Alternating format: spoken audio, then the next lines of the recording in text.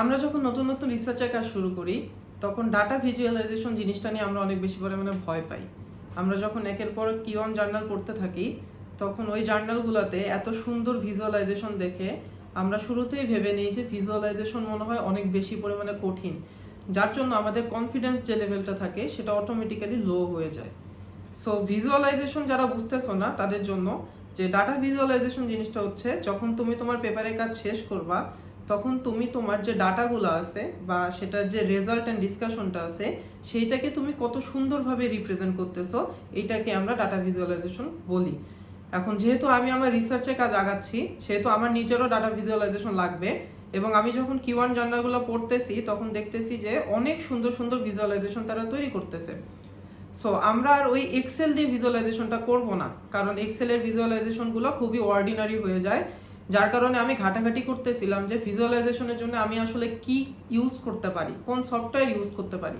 So অনেক ঘাটাঘাটির পর যেটা দেখলাম যে আমাদের যারা ভালো রিসার্চার আছেন তারা যেটা করতেছে সেটা হচ্ছে তারা হয় ম্যাটল্যাব ইউজ করতেছে, নয়তো পাইথনের একটা লাইব্রেরি যার নাম ম্যাটপ্লটলিব এইটাকে ইউজ করতেছে।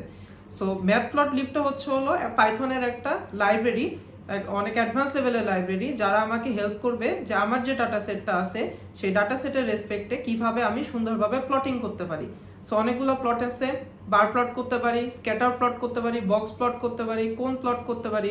সো আরও অনেক ধরনের প্লট আছে যেগুলো আমরা সাধারণত ম্যাটপ্লটলিব দিয়ে অথবা ম্যাটল্যাব দিয়ে করতে পারি খুব সহজে। সো যেহেতু আমার নিজেরও প্লট আছে এবং আমি ম্যাটপ্লটলিবটা আবার ইউজ করা শুরু করছি, কেননা আমার পাইথন সম্পর্কে একটা বেসিক আইডিয়া আছে, এ কারণে আমি ম্যাটপ্লটলিবের দিকে যাচ্ছি যে আমি ম্যাটপ্লটলিব দিয়ে আমি আমার প্লটিংগুলো করব। যার কারণে আমি আবার নতুন করে ম্যাটপ্লটলিবটা শেখা শুরু করছি। একদম বেসিক থেকে আমি ম্যাটপ্লটলিবটা শিখতেছি যে কিভাবে আমার কোডগুলো রান করে বা কিভাবে কোন জায়গাতে চেঞ্জ করলে আমার ভিজুয়ালাইজেশনটা অনেক সুন্দর হয়। সো আমি যেটা করব সেটা হচ্ছে তোমাদের সাথে শেয়ার করব আমার লার্নিং জার্নিটা, যে আমি কিভাবে ম্যাটপ্লটলিবটা শিখতেছি। এবং আমি অনেকগুলো ভিডিও খুঁজে দেখছি যে কোনো ধরনের ভালো বাংলা ভিডিও আমি এভাবে পাই নাই, বাট হিন্দি এবং ইংলিশের অনেক সুন্দর সুন্দর ভিডিও ম্যাটপ্লটলিবের উপর আছে। সো আমি ট্রাই করতেছি যে আমি যে জিনিসটা শিখতেছি সেটা তোমাদের শেখাবো। সো এই জার্নিতে আই হোপ তুমি যদি শুরু থেকে ফলো করো তাইলে তুমিও ম্যাটপ্লটলিব দিয়ে খুব সুন্দরভাবে প্লটিং শিখতে পারবা। সো আর কথা না বাড়ায় আমরা আমাদের স্ক্রিনের দিকে চলে যাই। আমরা আমাদের স্ক্রিনে চলে আসছি, তোমরা দেখতে পাচ্তেছো যে এখানে জুপিটার একটা নাম আছে, এটা হলো নোটবুকের নাম। আমরা জুপিটার নোটবুকটা ইউজ করতেছি পাই প্লটিং এর জন্য, এবং এই জুপিটার নোটবুকটা যারা ইনস্টল করতে পারো না তাদের জন্য আমি একটা লিংক দিয়ে দিব ইউটিউবের, সেটা দেখে খুব সহজে ইনস্টল করে নিতে পারবা। সো গেল জুপিটার নোটবুক নিয়ে কথা। এবার আমি যেহেতু বার প্লট করব, সো আমার এখানে বার প্লটের বেসিক একটা প্রোগ্রাম রান করে আমি দেখাবো। তার আগে আমাদের যেটা করতে হবে সেটা হলো আমাদের যে পাই প্লটটা আছে বা ম্যাটপ্লটলিব যেটা আছে এইটাকে আমাদের ইম্পোর্ট করতে হবে পাইথন লাইব্রেরিতে। সো আমি ওইটা করে নিই আগে, যে আমাকে ইম্পোর্ট কিভাবে করতে হবে। আমি লিখবো ইম্পোর্ট, তারপরে লিখবো matplotlib dot pyplot S PLT. ওকে, তাহলে আমি কি করলাম যে ইম্পোর্ট করে নিলাম। সো এই প্রোগ্রামটা এখন আমি কোডসেলটা এখনো রান করিনি, সো এটা আমি রেখে দিচ্ছি। এখন যারা আমি প্রথমে বললাম যে বার প্লট ইউজ করব, যারা বার প্লট সম্পর্কে আইডিয়া আছে তারা তো জানো যে বার প্লট কিভাবে কাজ করে। সো যে কোনো প্লটিং এর আমার দুইটা অ্যাক্সিস থাকে, একটা এক্স অ্যাক্সিস আর একটা ওয়াই অ্যাক্সিস। সো আমি হলো এক্স অ্যাক্সিসের যে প্যারামিটারগুলো সেটাকে আইডেন্টিফাই করে দিব এবং ওয়াই অ্যাক্সিসের প্যারামিটারকে আমি আইডেন্টিফাই করে দিব। সো এক্স অ্যাক্সিসের প্যারামিটারের জন্য আমি সাপোজ এক্স লিখলাম, লেখার পরে এখন আমাকে থার্ড ব্র্যাকেট দিতে হবে। সাপোজ আমি আমার স্টুডেন্টসদের নাম লিখবো এবং আমি ওয়াই অ্যাক্সিসে দেখাবো যে এই স্টুডেন্টটা সেমিস্টার ফাইনালে কত মার্কস পাইছে। সো আমার স্টুডেন্টের নাম সাপোজ এ একটা স্টুডেন্ট, দেন বি একজন স্টুডেন্ট, সাপোজ সি একজন স্টুডেন্ট, অ্যান্ড ফাইনালি ডি একজন স্টুডেন্ট। ডি একজন স্টুডেন্ট। তাহলে আমি কি করলাম যে আমার চারজন স্টুডেন্টের নাম আমি এখানে দিয়ে দিলাম। ওকে, এবার আমার কি করতে হবে, ওয়াই অ্যাক্সিসের যে প্যারামিটার সেটাকে আমরা হলো ডিফাইন করে দিব। তাহলে Y is equal to, suppose আমার এখানে মার্কস যেটা আমি বললাম, সাপোজ এ পাইছে 85, বি পাইছে সাপোজ হলো 45, সি পাইছে সাপোজ 57, ডি পাইছে 68। ওকে, তাহলে এটা আমি কি করলাম, এক্স অ্যাক্সিস কে আইডেন্টিফাই করে দিলাম, ওয়াই অ্যাক্সিস আইডেন্টিফাই করে দিলাম। এবার যদি আমি কি করি যে আমার হলো ডিফাইন করে দেই যে তুমি এখন আমাকে শো করো বা এটার একটা বার প্লট তৈরি করো, এরা বার প্লট তৈরি করে দিবে। সাপোজ আমি এখানে দেখাইলাম যে পিএলটি ডট পিএলটি ডট বার কি কি শো করবে, এক্স অ্যান্ড ওয়াই, এবং এটাকে কি করবে তারা শো করবে, এটাকে তারা কি করবে শো করবে। তাহলে আমার এখানে কি করে দিতে হবে, এখানে শো দিয়ে দিতে হবে। তাহলে আমি শো দিয়ে দেই plt ডট শো এবং ফার্স্ট ব্র্যাকেট। ওকে, তাহলে এটা যদি আমি দিয়ে দেই তাহলে আমাদের যেটা করলো সেটা হলো তারা দেখো এখানে বার প্লটটাকে সুন্দরভাবে শো করে দিছে যে এ যেটা সেটা 80-র উপরে কোনো একটা মার্কস পাইছে, বি যেটা সেটা 40-এর উপরে কিছু একটা পাইছে, সি যেটা সেটা হলো আমার 50 থেকে 60-এর মধ্যে একটা পাইছে, ডি যেটা সেটা আমার 60 থেকে 70-এর মধ্যে একটা পাইছে। অর্থাৎ আমার যে মার্কগুলো আছে সেই মার্কগুলোকে তারা শো করে দিছে। বাট তুমি যদি কাউরে এই গ্রাফটা দেখাও সে কোনো কিছুই বুঝবে না। কেন বুঝবে না? কারণ এখানে আমার কোনো ধরনের লেবেলিং নাই। তাহলে তোমার আগে কি করতে হবে, লেবেলিং করতে হবে। তাহলে আমি লেবেলিংটা করে নেই। তাহলে বারের আগে এবার আমি হলো লেবেলিংটা করতেছি। Suppose plt dot x level, তাহলে এক্স লেভেলের নাম আমি কি দিব, আমার হলো নেম দিলাম সাপোজ, যেটা হলো আমার এক্স লেভেল নেম। এবার plt ডট ওয়াই লেভেল, আমি ওয়াই লেভেল হিসেবে কি দিলাম, যে এটা আমার হলো যেহেতু মার্কস আমি এখানে মার্কস দিয়ে দিলাম। ঠিক আছে, ওকে গেল। এবার আমার কি আছে, একটা টাইটেল দিয়ে দিলাম যে এটা হলো আমার সেমিস্টার ফাইনালের মার্কস। তাহলে plt ডট আমি হলো টাইটেল দিলাম। তাহলে এই টাইটেলে আমি কি দিলাম, যে সেমিস্টার ফাইনাল মার্কস। তাহলে এটা দিয়ে যদি আমি এবার শিফট এন্ড এন্টার দেই, সরি এখানে এই জায়গাতে একটা ভুল আসছে, সরি। আমি যদি শিফট এন্ড এন্টার দেই তাহলে আমাদের কি হবে, আচ্ছা শিফট এন্ড এন্টার দিলে আমাদের যেটা আসবে সেটা হলো তারা সুন্দর মতো টাইটেল দিছে এবং তারা সেই অনুযায়ী আমার হলো এক্স লেভেল দিছে এবং ওয়াই লেভেল দিছে। সো এটা আমাদের কি গেল, এটা গেল হলো আমরা কিভাবে লেভেলিং করে দেখো একটা আমার বার প্লট তৈরি করে ফেলছি। সেই প্লটটা কিন্তু আমি এখন নর্মালি ইউজ করতে পারবো, বাট এখানে আরো কিছু ভাবে আমরা কি করতে পারি, যে সুন্দর করতে পারি। যেরকম আমি যদি বলি যে এক্স যে লেভেলটা আছে এই লেভেলের সাইজটা আমার কাছে ছোট মনে হচ্ছে, ফন্ট সাইজটা, তাহলে আমি এটা ফন্ট সাইজ বাড়াইতে পারি। কিভাবে বাড়াবো, আমি এক্স লেভেল কমা দিব, ফন্ট সাইজ দিব, ফন্ট সাইজ সাপোজ আমি দিলাম 20। সিমিলার ওয়েতে মনে করো যে আমি এটাকে কপি করে ওয়াই অ্যাক্সিসেরটাতে বসাই দেই, বসাই দিলে আমি এখানে মনে করো যে 15 দিলাম সাপোজ, দিয়ে এন্টার দেওয়ার সাথে সাথে দেখো এইটা বড় এইটা ছোট, অর্থাৎ তারা আমাকে কি দেখাচ্ছে, ফন্ট সাইজ দেখাচ্ছে। সো এই অনুযায়ী আমি ফার্স্টে হলো ফন্ট সাইজ চেঞ্জ করতে পারি, আমি দুটাই 20 দেই, তাহলে দেখতে সুন্দর লাগবে। সিমিলার ওয়েতে কিন্তু আমি টাইটেলেরটাও চেঞ্জ করতে পারি, আমি যদি এখানে দিয়ে টাইটেলও আমি 20 দিয়ে দেই, বা টাইটেল আর একটু বড় দেই 30 দিয়ে দেই, তাহলে দেখো টাইটেল আরো বড় দেখাচ্ছে এবং বাকি জিনিসগুলো আমার 20-তে দেখাচ্ছে। সো এটা কি গেল, আমাদের হলো ফন্ট সাইজ। এবার আমি আরো কি করতে পারি, দেখো এই যে আমার বার প্লটটা আছে, এই বার প্লটের যে রেক্টেঙ্গেলটা আছে এই রেক্টেঙ্গেলটা আমার কি মনে হচ্ছে, যে অনেক মোটা মনে হচ্ছে। সো এটার আমি কি করতে পারি, চিকন করে দিতে পারি। কেমনে চিকন করতে পারি, তাহলে আমরা এখানে উইথটাকে বসাইতে পারি। তাহলে উইথটা আমি কোন জায়গাতে বসাবো, উইথটা আমি বসাবো যে এই যে পিএলডি বার আছে, আমার যত ধরনের প্লটে আমার যা কিছু চেঞ্জ করব সবকিছু আমি এই জায়গাতে চেঞ্জ করতে পারি। তাহলে এখানে এখন আমি সাপোজ উইথ দিয়ে দিব, তাহলে উইথ আমি কত দিলাম, সাপোজ 0.4 দিলাম, দিয়ে আমি শিফট এন্টার দিলাম, দেখো আমার ওই মোটা জিনিস কি হয়ে গেছে, চিকন হয়ে গেছে। ঠিক আছে, সো এইভাবে আমরা কি করতে পারি, উইথটাকে চেঞ্জ করতে পারি, আরো অনেক কিছু চেঞ্জ করতে পারি। যেরকম মনে করো যে এখানে সব কালার কি দেখাচ্ছে, ব্লু দেখাচ্ছে না, তাহলে আমি এখন মনে করো কালার হিসেবে ইয়েলো দেখাতে চাই, তাহলে আমি কি করব, এখানে কালার দিয়ে দিব, কালার ইজ ইকুয়াল টু ইয়েলোর সংক্ষিপ্ত ফর্ম ওয়াইও দিতে পারি, ইয়েলো লিখতে পারি। আবার যেটা কয়েকটা টার্ম আছে যেরকম ইয়েলো, রেড, ব্লু, এই জিনিসগুলো আমরা সংক্ষিপ্ত ইউজ করতে পারি। আর এর বাদে আরো কিছু কালার আছে যেগুলো আমাদের মনে করো ভায়োলেট, এই কালারগুলোকে আমাদের কি করতে হবে, ডিফাইন করে দিতে হবে। তাহলে আমি সাপোজ ওয়াই দিয়ে আমি যদি এন্টার দেই তাহলে দেখো আমার কি দেখাবে, আমার প্লটের যে কালারটা আছে সেটাকে তারা হলুদ দেখাচ্ছে। সো খুব সহজে আমি এটাকে কালার দেখাইতে পারতেছি। এখন মনে করো যে আমি এর এক কালার, বি এর এক কালার, সি এর এক কালার, ডি এর আর এক কালার দেখাবো। কেমনে দেখাবো, এটা আরো সহজ জিনিস।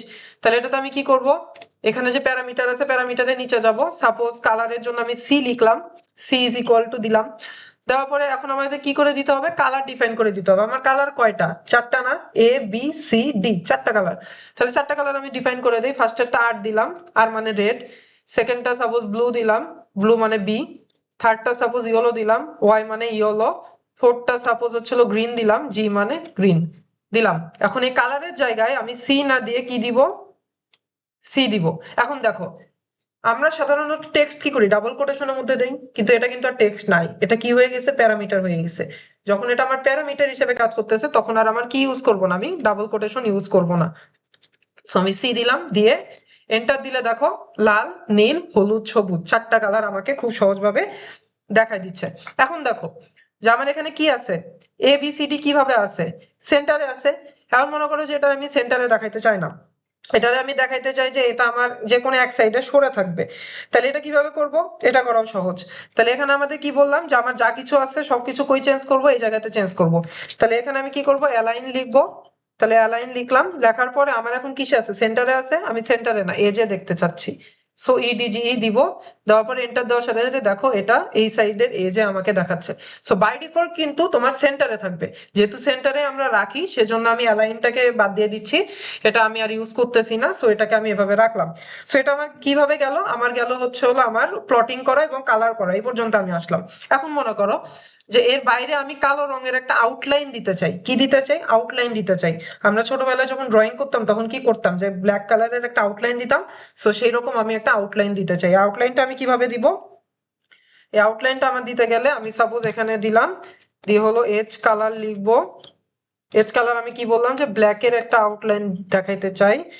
তারপরে হলো আমার এটাতে আমি হচ্ছে তোমার এবার যদি এন্টার দেই, তাহলে দেখো আমার কি দেখাচ্ছে, এখানে আউটলাইন সুন্দর মতো ব্ল্যাক কালার দেখাচ্ছে। সো আমার আউটলাইনও আমি খুব সহজভাবে করে ফেলতে পারলাম।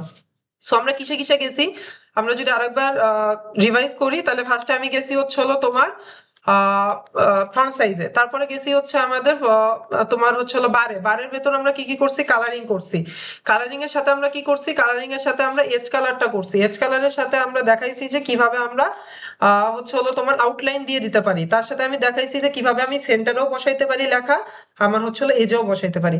এখন দেখবো হচ্ছে হলো আমাদের লাইন উইথ। তাহলে লাইন উইথ জিনিসটা কি, যে সাপোজ আমার এইখানে কি আছে, যে একটা আউটলাইনটা আমার কি হয়ে গেছে, এখানে আউটলাইনটা আমার হয়ে গেছে হচ্ছে হলো তোমার একটা ব্ল্যাক কালারের একটা সোজা একটা লাইন হয়ে গেছে।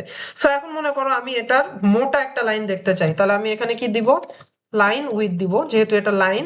তাহলে line with is equal to suppose 5 দিলাম। 5 দিয়ে যদি আমি এন্টার দেই, তাহলে দেখো মোটা একটা কালারের লাইন উইথ দেখাচ্ছে। সো আমার লাইন উইথ দেখানোর দরকার নাই, যেহেতু আমার লাইন উইথ এত মোটা দেখানোর দরকার নেই। সো আমি এটাকে সাপোজ কমাই দিলাম, 2 দিয়ে দিলাম। ঠিক আছে।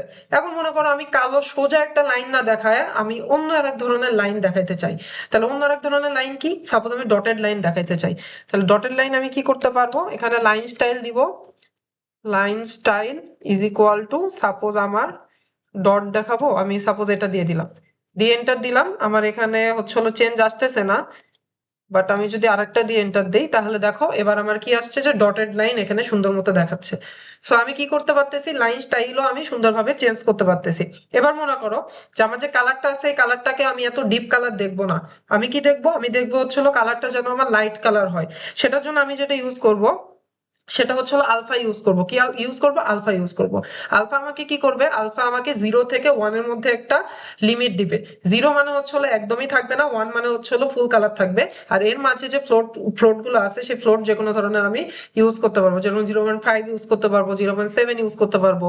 সো আমি কি করলাম, আমি এখানে আলফা দিলাম, L P H A alpha, alpha is equal to suppose 0.3 দিলাম, একটু কমই দিলাম যেন তোমরা বোঝো।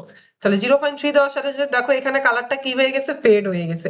সো আমি এখানে আলফার ভ্যালু যত বাড়াতে থাকবো তত আমার কি হবে, যে কালারটা ডিপ হবে। এবং যদি আমি আলফার ভ্যালু 1 ধরি, এবং যদি আমি আলফার ভ্যালু 1 লিখি, তার মানে আমার ফুল যে কালারটা আছে সেইটা আমার এই জায়গাতে সুন্দর মতো হয়ে যাবে। ওকে।